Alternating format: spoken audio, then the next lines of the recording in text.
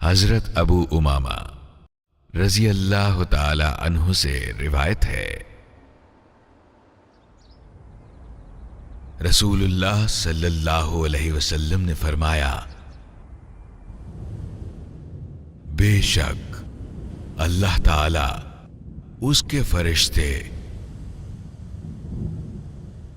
और आसमानों और जमीन की मखलूक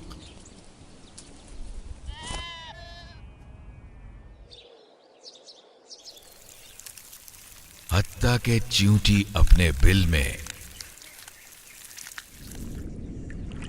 और मछली तक लोगों को भलाई सिखाने वालों के लिए दुआएं करते हैं।